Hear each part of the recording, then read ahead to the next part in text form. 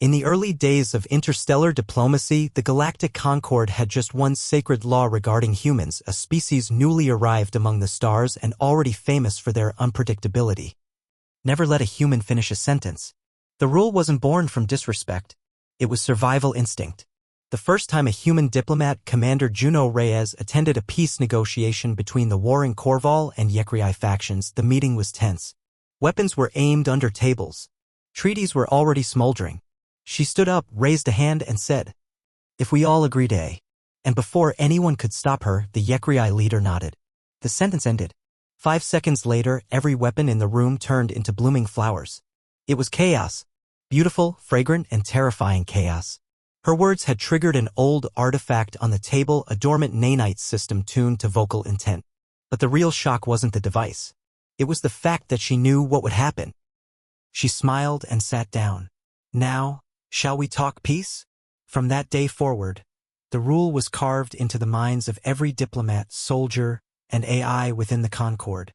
Cut them off. Distract them. Cough loudly. Pretend your translator broke. Do anything. Just don't let them finish speaking. Because when a human finishes a sentence, reality tends to change. Not just metaphorically, literally. Aboard the Ark station Sorella, 3 centuries later, a crisis unfolded. A black hole weapon of unknown origin had detonated on the edge of civilized space. Time itself had begun to warp.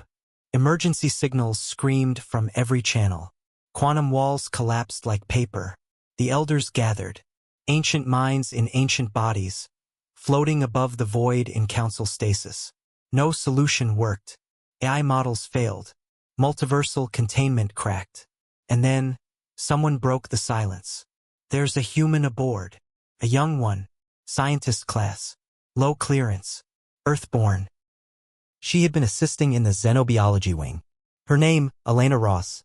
They summoned her but followed the rule. Every sentence she tried to say was met with a loud interjection. "I think if we reroute them." Fascinating, but no. The distortion pattern looks like, "Yes, yes, moving on. If you just let me." "Don't." She grew frustrated but stayed calm. That terrified them more. Then the quantum rift breached the station's lower hull. Time loops began forming in the corridors. Some crew members vanished. Others duplicated. One of the elders floated toward Elena, desperation cracking his stoic voice. What are you trying to say?" She looked at the swirling black chaos beyond the viewport and replied, "If you just let me finish one sentence." Everyone backed away. "No, don't." But it was too late.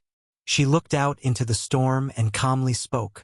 "If we all imagine the rift as closed, then it will be." A heartbeat passed. The stars blinked. And reality snapped. The station's hull sealed. The rift collapsed in on itself. Duplicate crew merged harmlessly. The scream of dying time turned into a sigh. Silence. Then someone whispered, What just happened?" Elena shrugged. "I studied the frequency pattern of the rift.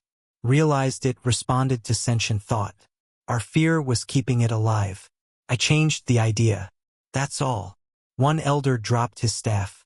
Another wept.